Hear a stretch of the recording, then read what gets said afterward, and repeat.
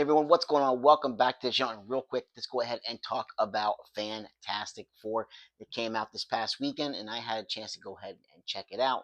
And I will say, in my opinion, it is one of the better MCU films that have come out in quite some time. It definitely seems to be more peak MCU. I wouldn't quite say it's the best MCU film, but it's definitely it's up there, guys. If I have one complaint, and there's not many complaints about this film for me, is that I think it could have done with maybe a good 20 minutes more. I think clocks in about 2 hours, but I think it could have went a good 220, maybe even a good 2.5 hours. I think a little bit extra, would have been nice with this one. And who knows, maybe when this thing gets released on 4K, maybe we'll get some deleted scenes and see some things added back. And I know there was some footage with John Malkovich, who was supposed to be a part of the film, earlier in the film itself. The role that he was playing was cut out, so maybe we'll see that added back in for the 4K, future 4K release. That would be great. But everybody just seemed to do a really great job in this film. We have, I'm going to try to get this guy's name right, Ebon Moss Bachrach. Bachrach. I'm not quite sure. I've never seen him in anything before. I believe he's from that show, The Bear, which I've never seen before. But he was playing Ben Grimm, and guys, he was great as the Thing, playing Ben Grimm. Like, he was really good. The comedic timing was definitely there when Ben was doing some funny things. Everybody kind of joking with him about saying it's clobbering time, and you can just there's parts in the film where you can see where if you've read the comics, Ben always struggling, wanted to find that humanity again in himself, and it definitely it comes through. Vanessa Kirby, just solid.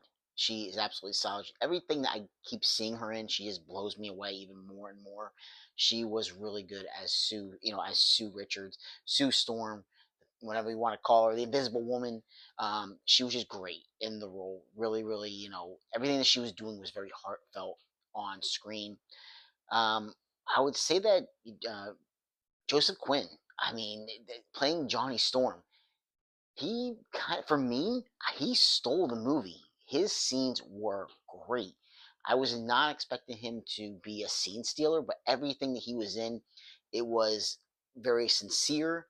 It was funny, or it just came across just everything he did was very impactful, and he played a bigger role in this film than I did expect him to play originally. So I was pleasantly surprised by that. I would say out of the cast members for the actual Fantastic Four, Pedro Pascal playing Reed Richards, Mr. Fantastic. You know, he did a good job, Pedro. He did a good job. But I think he was the weaker, even though he still did a good job, I still think he was the weaker part of the four. Like I said, he was still solid, but everybody else was just a little bit better. So, and that's not to take anything, like I said, not to take anything away from Pascal himself. I think like he did good, but everybody else was just a little bit, it's a little bit more in this film to really, shine. But overall, I think the visuals, this thing came through like it looked, dare say, fantastic. It was amazing. The world setting for this, this future, kind of like it's, taking place like it looks like in the 50s or 50s 60s, but we're seeing flying cars, we're seeing a flying fantastic car. So I like how they were able to mix both elements together with this film, and it comes across fantastic. Julia Garner as Silver Surfer, spot on, spot on. She, I wasn't quite sure with this particular interpretation of Silver Surfer how's it going to work, but she was fantastic. I mean, again, you can't help but use the word fantastic with some of the the actors and actresses in this film. They did a great job, and she really shined through as Silver Surfer. And Galactus was cool. He was menacing. He looked awesome on screen. When he was on screen, he looked just terrifying. He he was the world destroyer, the world eater. Like he was there to destroy Earth and consume Earth. And I was sucked in for the all 2 hours. It was, I can't say more about it. This is, Superman. It's gonna be neck and neck. As of right now, guys, I will say solidly it's neck and neck. which one of these films is going to take my top spot for the year. I'm assuming that both these films should be out on 4K before the end of the year, so I can watch them again and kind of get a little, once I, get a second dose of them, what do I think? But Fantastic Four was just that. It was absolutely fantastic. Go check it out. I'm not going to spoil anything more, talk about it any more than that. Go see this film if you're looking for, a Marvel film that is at the top of the, top level. This is one to go check out, guys. You will absolutely. I don't think you'll be disappointed. I really don't. I had expectations going to this one, and I think it met it. I think they really exceeded my expectations.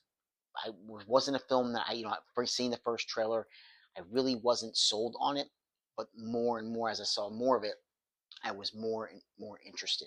So again, this is just one that I went in, with high expectations for it because I was, my things started getting ramped up for me as we got closer to the film being released, and it met it. I think it definitely met all those expectations. I thought I was going to see a visual feast, and I did. I thought I was going to see some really good acting, and I did. I thought Galactus was going to, kick all kind of ass and look awesome, and he did. So yeah, definitely it's a top tier film for me, guys. I really enjoyed it a lot. So go check out the Fantastic Four and like, subscribe, and comment if you get the chance, and I'll catch you in another episode. Take care. Bye.